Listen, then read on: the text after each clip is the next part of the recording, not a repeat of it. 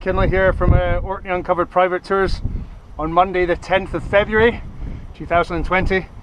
I'm currently sheltered behind the gable end of a building overlooking the site of the Broch of Gurness, an Iron Age fortress built by the Pictish people about 2,000 years ago. And what you have here is this structure would have been about approximately 50 feet high and a tower as such. And it's overlooking Ironhallow Sound and the island of Rousey, you can see there in the distance. And the idea behind it is that you'd be used as a deterrent to anybody entering this area of water ahead of you here from the North Atlantic. A type of fortification or ancient garrison from the Pictish times, the later Iron Age. So what I'm going to do is I'm going to walk over the ramparts or around the ramparts and head into the actual building itself and tell you a bit about it in there.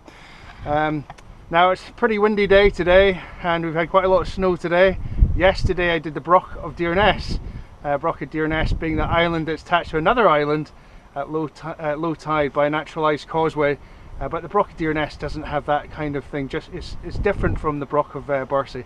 But this is a Broch, B-R-O-C-H, and this Broch here is an Iron Age fortress. So let's go have a look. Put my helmet on. Put my balaclava back on again. It's freezing cold.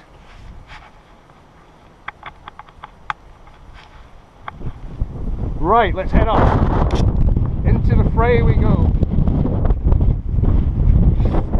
North Atlantic in the distance there, you can see the island of Ironhallow. The island of Ironhallow had a 12th century monastery on it that was attacked by the Norse at some stage in the 12th century. And the story is that a group of monks had some sort of disease, and instead of the Norse warriors letting them be, they raided it. Blocked them up with wooden batons and burned them alive in the monastery. So it's one of these islands that's uninhabited, and it's uninhabited because of the weather. This is one of the ramparts. And so the idea is that the warriors trying to attack this would head over the top of this rampart here, head into the middle, and what would happen is they get caught, because this is a very deep trench. It's been filled in over the years. And they'd be running from side to side trying to get over these walls. And basically what happens is the enemies come in over the top here and they run down into this position, and right up above them here is this huge wall heading up, and in the centre is the Broch itself. So it's basically a killing zone. It brings in the enemy into a position to make it easier to kill them.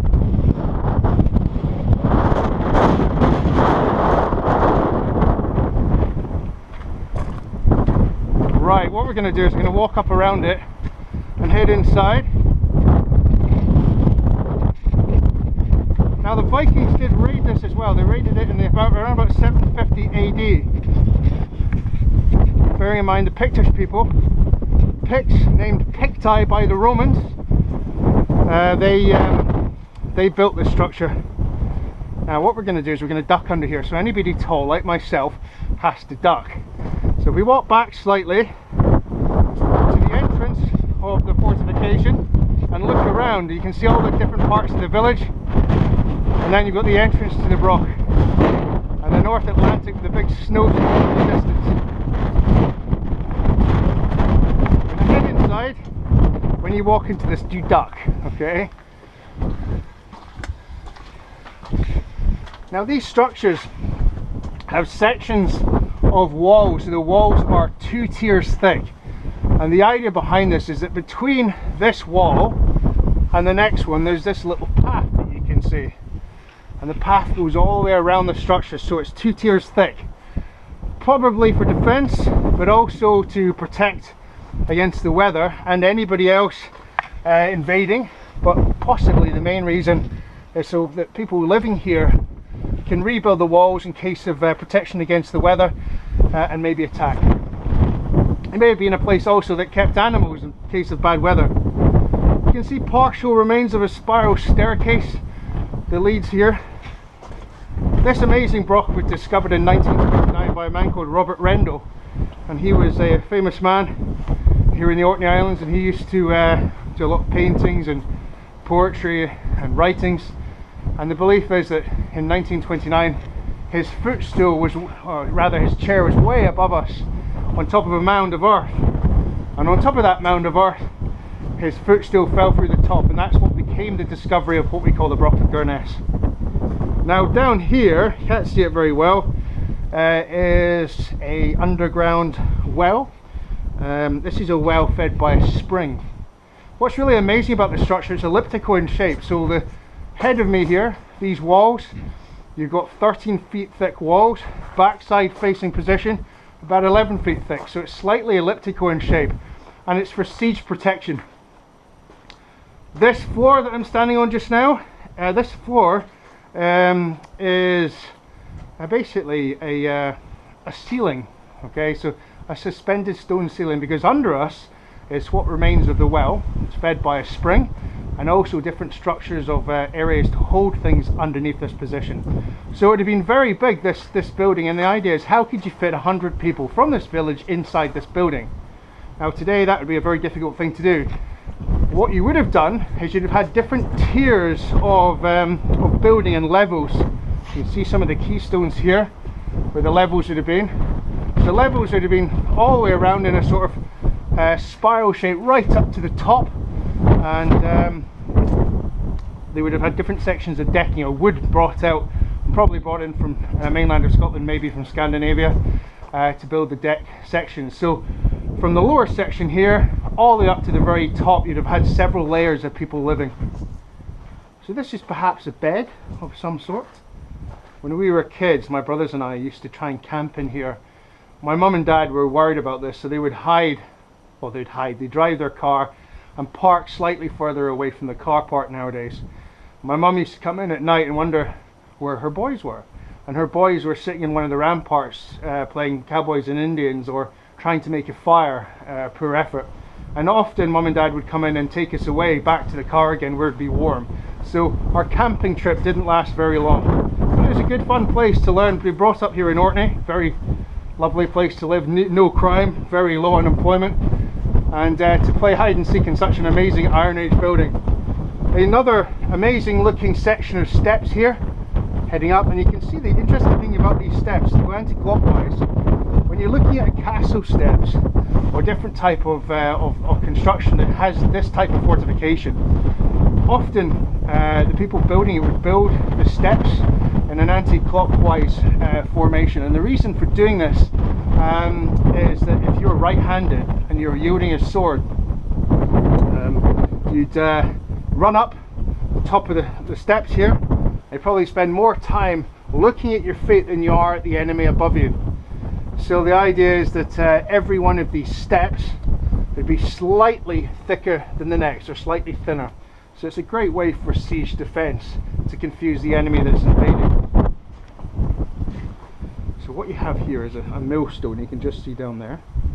So either wielding swords and making things with their blacksmith, so to speak. What we have down here ahead of us is believed to be a knife sharpening block, possibly used by the Pictish people, definitely used by the Vikings. What's interesting is when the Vikings took this over, this building was believed to have been abandoned long ago. So about 150 years before the Vikings arrived, it would have been abandoned. And when they arrived, instead of destroying it and knocking it down, they decided to use it for its use for defense, but also for burying their dead. So around the site there are some pagan graves of warriors and of the ladies within the Norse times.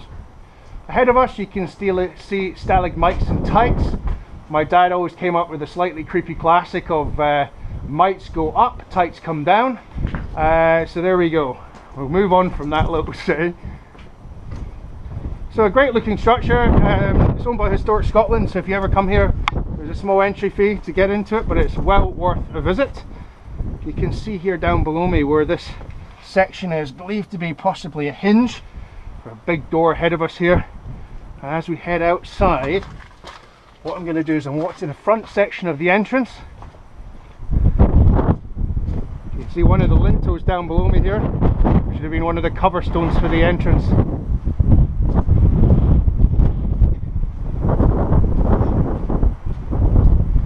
I'm running in between snowstorms here because today we've had a lot of snow showers. Very poor weather with Storm Kira inbound. So these are some of the amazing walls that you can see that surround this structure. So you've got several huge ramparts. Right ahead of us is this big section of wall, all made of sandstone. Layers and layers and layers of cut stone to make the ramparts. And then you've got this big cut ditch, and ahead of it the rampart and barbette. So it's a very well designed structure, and it's designed for defence. So this is an ancient defensive building. Pretty neat. Behind me here you can see the remains of a boat burial for a pagan lady's grave. Just almost see the stern at the back and the bow at the front here, and it was discovered in the 50s. And you've got a pathway here leading ahead of us down towards the shoreline. So this was the entrance to the Broch of Gurness. What we're going to do is I'm going to head up on the rampart, and we're going to walk the rampart back to the top.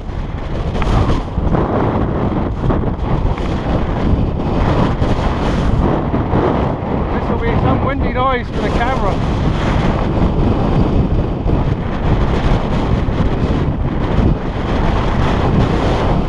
When I was a wee boy, this was a great place for hide and seek.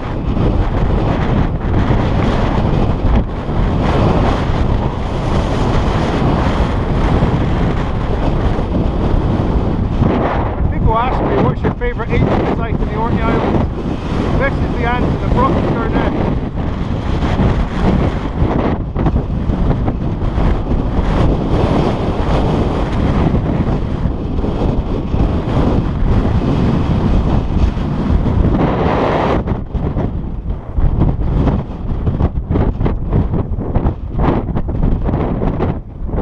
See all the different layers of sandstone walls. So it's come to some effort in which to build this. It's taken a number of years, but Pictish people did have the use of metal tools and equipment to build it.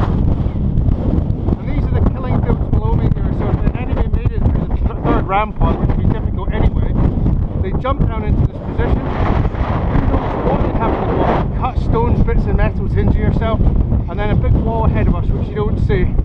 So the wall ahead of us will probably be about 20 feet high, and in the centre you've got a 50 to 55 feet high rock. There's huge gears of stone.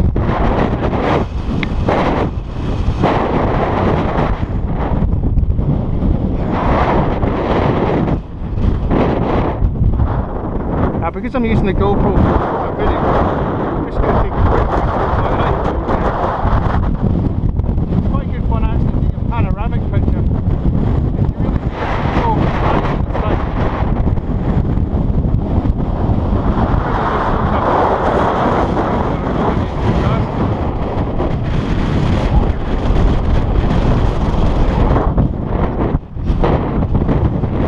Up the rampart.